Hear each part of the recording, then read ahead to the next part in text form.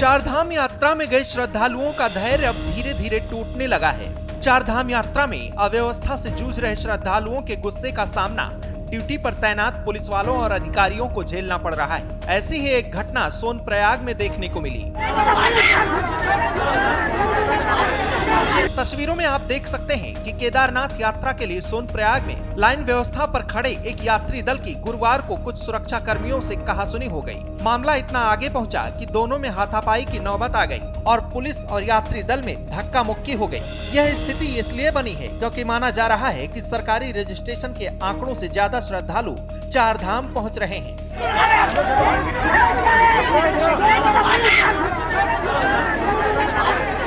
श्रद्धालु और पुलिसकर्मी के बीच हाथापाई के माहौल को आखिरकार सुरक्षा कर्मियों ने तुरंत शांत करा दिया, लेकिन इस घटना का वीडियो सोशल मीडिया पर जमकर वायरल हो रहा है, जिस पर पुलिस ने प्रतिक्रिया देते हुए कहा कि यात्री दल द्वारा लाइन व्यवस्था को तोड़ा गया और पुलिस जवान से अभद्रता और हाथापाई की गई। अब आरोपी के खिलाफ कार्रवाई की जा रही है। सोनप्रयाग में जितने भी हमारे यहाँ यात्री आते हैं उनको हम सुव्यवस्थित तरीके से पुलिस द्वारा लाइन व्यवस्था की जाती है, जिसके अंतर्गत हम सभी यात्रियों को एक लाइन में शटल पार्किंग तक भेजते हैं ताकि वो वहाँ से गौरीकुंड के लिए शटल सेवा का प्रयोग कर सके।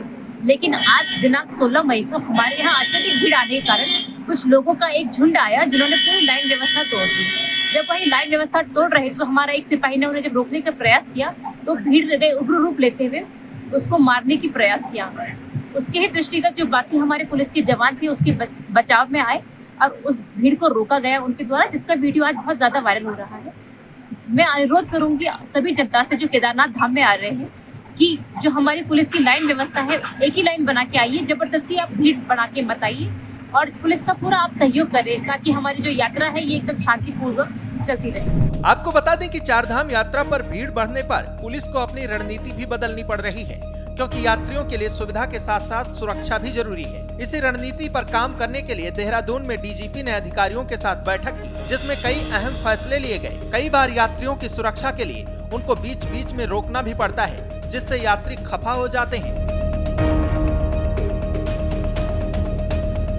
वहीं उत्तराखंड डीजीपी ने यात्रा की प्लानिंग कर रहे लोगों के लिए कुछ जरूरी टिप्स भी दिए हैं। ये वो टिप्स हैं जिनको मानने से चारधाम यात्रियों की राहें आसान हो सकती हैं। जितने भी यात्री यहाँ हमारे प्रदेश में आते हैं देवभूमि में चारधाम यात्रा के लिए, सभी हमारे सम्मानित अतिथि हैं, उनका सभी का स्वागत है।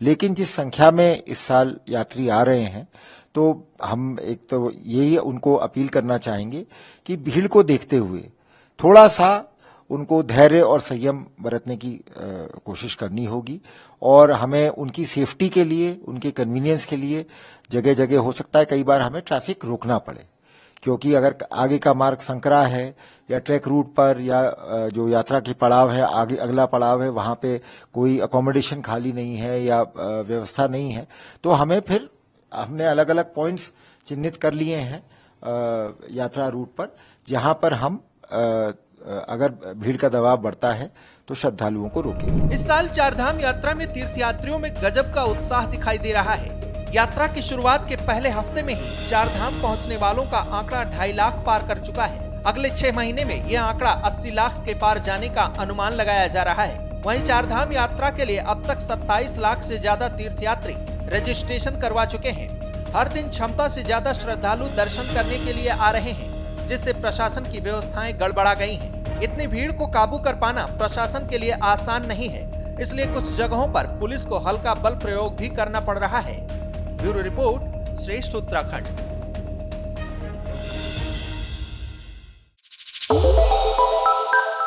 श्रेष्ठ उत्तराखंड पर खबरों से जुड़े रहने के लिए चैनल को सब्सक्राइब और लाइक करें, बेल आइकन दबाएं और देखते रहें श्रेष्ठ उत्तराखंड।